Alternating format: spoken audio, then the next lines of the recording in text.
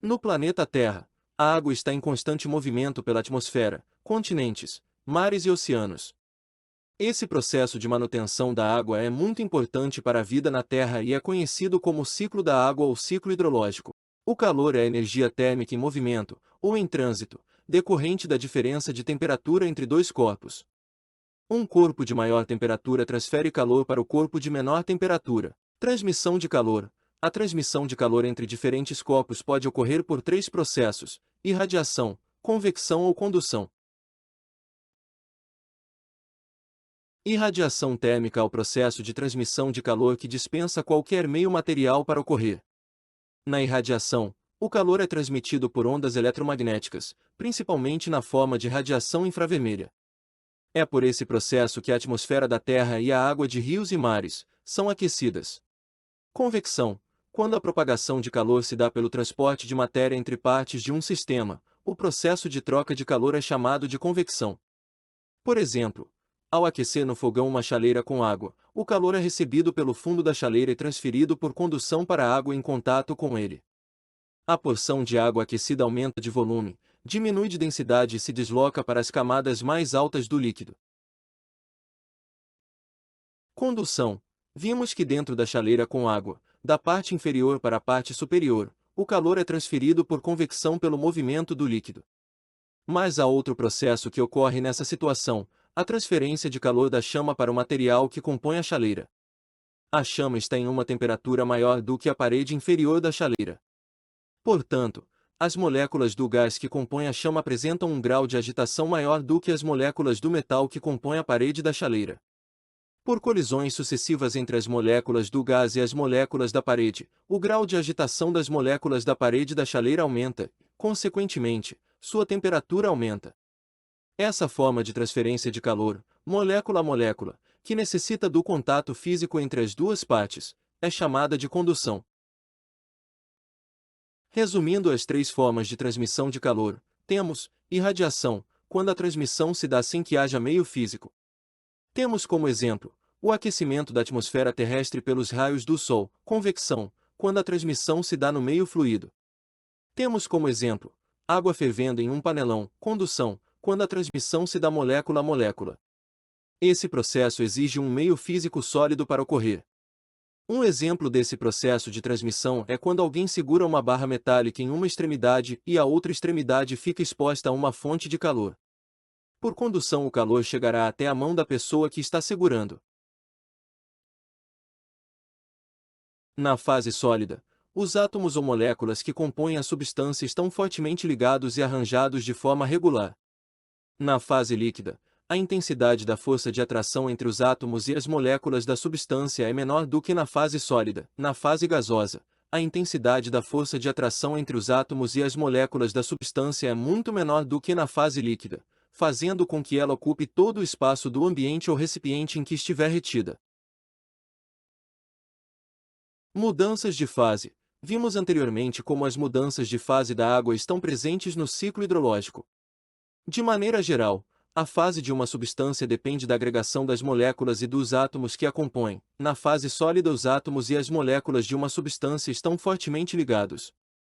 Nessa fase, a ligação entre as partículas é tão forte que dificulta sua movimentação. Assim, os corpos na fase sólida têm forma e volume bem definidos. Na fase líquida, a substância não apresenta forma definida, tomando, portanto, a forma do recipiente que as contém. As substâncias nessa fase têm um volume definido. Na fase gasosa, a substância tem sua agitação térmica aumenta e a velocidade dos agrupamentos atômicos torna-se cada vez maior, fazendo com que ocupem todo o espaço do ambiente que os retém. Nessa condição, matéria não possui forma nem volume definidos.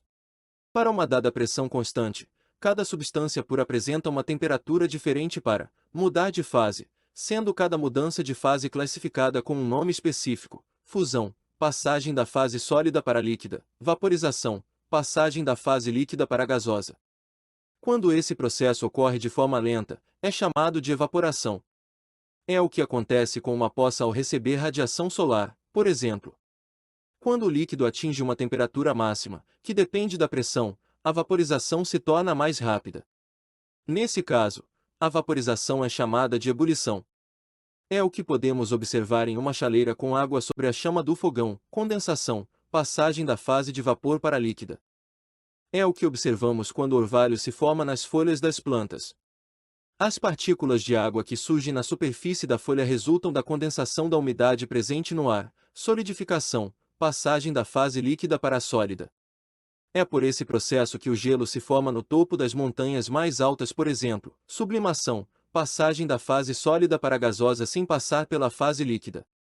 É o que acontece com o dióxido de carbono sólido, chamado de gelo seco, usado em festas e espetáculos.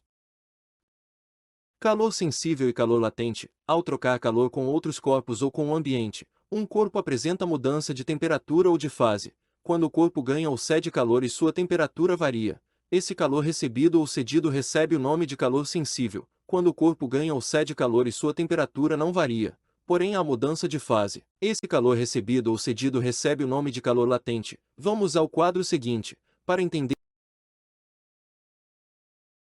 calor sensível e calor latente. A quantidade de calor que provoca variação de temperatura, mas não de fase, é chamada de calor sensível. A quantidade de calor que provoca a mudança de fase, mas não a temperatura, é chamada de calor latente. Por exemplo, ao retirar uma pedra de gelo do congelador, esta se encontra a menos 20 graus Celsius.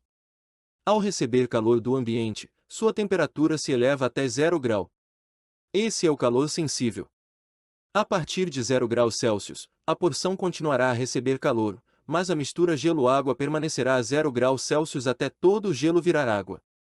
Esse foi o calor latente, no caso, calor latente de fusão do gelo. Ao continuar a receber calor, a água vai variar a temperatura até atingir 100 graus Celsius. Então esse calor recebido é calor sensível. Continuando a receber calor, teremos uma mistura de água e vapor, que não mudará de temperatura até toda a água virar vapor. É o calor latente. Após toda a água virar vapor, se a substância continuar a receber calor, sua temperatura passará a aumentar novamente. É o calor sensível. Cálculo do calor sensível. Para calcular a quantidade de calor sensível cedida ou recebida por um corpo usamos a seguinte expressão, que é igual a m, vezes c, vezes ΔT, que é a quantidade de calor sensível que pode ser cedida ou recebida em calorias, m é a massa do corpo em gramas, c é o calor específico da substância. O calor específico depende de cada substância. ΔT é a variação de temperatura. A variação de temperatura é a diferença entre a temperatura final e a temperatura inicial. É dada em graus Celsius. Vamos a um exemplo da fórmula do calor sensível. Essa fórmula também é conhecida como equação fundamental da calorimetria. Um corpo feito de 250 gramas de latão é aquecido de 20 graus Celsius até 100 graus Celsius. Calcule a quantidade de calor sensível absorvida pelo corpo, dado o calor específico do latão ser igual a 0,01 calorias por grama graus Celsius. Vamos à solução então. Queremos encontrar a quantidade de calor sensível que, a massa m do corpo é 250 gramas, o calor específico do latão é 0,01 calorias por grama graus Celsius. A variação de temperatura é 80 graus Celsius, a equação fundamental da calorimetria, pela qual calculamos a quantidade de calor sensível que é igual a m vezes c vezes ΔT, substituindo teremos, que é igual a 250 vezes 0,01 vezes 80, multiplicando teremos, que é igual a 200 calorias. Cálculo do calor latente. Para calcular o calor latente, usamos a expressão, que é igual a m vezes L, que é a quantidade de calor latente, m é a massa da substância, L é o valor do calor latente, que pode ser calor latente de fusão, latente de solidificação, latente de vaporização e etc. Cada substância possui seu calor latente para cada fase. Esses valores podem ser encontrados em tabelas. Um corpo de massa 60 gramas em estado sólido é aquecido até o ponto de fusão. Sabendo que o calor latente de fusão do corpo é de 35 calorias por grama, determine a quantidade de calor latente recebida pelo corpo. Vamos à solução. Queremos a quantidade de calor latente que, a massa do corpo é 60 gramas, o calor latente de fusão do corpo é 35 calorias por grama. A expressão do calor latente que é igual a m vezes L, substituindo teremos, que é igual a 60 vezes 35, multiplicando teremos, que é igual a 2.100 calorias. Calor latente sensível na mudança de fase. Vamos aprender a calcular a quantidade total de calor recebida ou cedida durante as mudanças de fase. Qual a quantidade de calor total deve ser fornecida a uma barra de 2 kg de gelo a menos 20 graus Celsius para que seja completamente transformada em vapor a 100 graus Celsius? Considere o calor específico do gelo igual a 0,5 calorias por grau Celsius. O calor específico da água igual a 1,0 calorias por grau Celsius.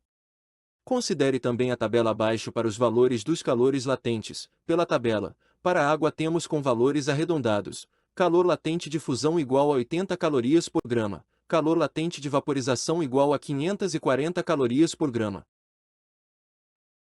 Vamos à solução do problema. Para mudar de fase, desde gelo a menos 20 graus Celsius até a fase de vapor a 100 graus Celsius, a água passa por 4 processos. Vamos ao esquema. Q1 é o calor sensível para mudar a temperatura de menos 20 graus Celsius até 0 graus Celsius. Q1 é igual a 2.000 vezes 0,5 vezes 20. Teremos Q1 igual a 20.000 calorias. Vamos calcular Q2, o calor latente necessário para transformar o gelo a 0 graus Celsius em água líquida a 0 graus Celsius. Q2 é igual a 2.000 vezes 80.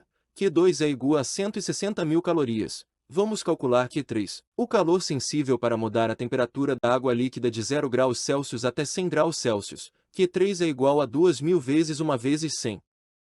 Q3 é igual a 200.000 calorias. Vamos agora calcular Q4, o calor latente para transformar totalmente a água líquida em vapor a 100 graus Celsius. Q4 é igual a 2.000 vezes 540. Q4 é igual a 1.080.000 de calorias. Agora, para encontrar a quantidade de calor total, somaremos todos os valores. Q total é igual a 20.000 mais 160.000 mais 200.000 mais 1080000. Então a quantidade total de calor necessário mudar a fase de gelo a menos 20 graus Celsius até a fase de vapor a 100 graus Celsius é 1.460.000 de calorias.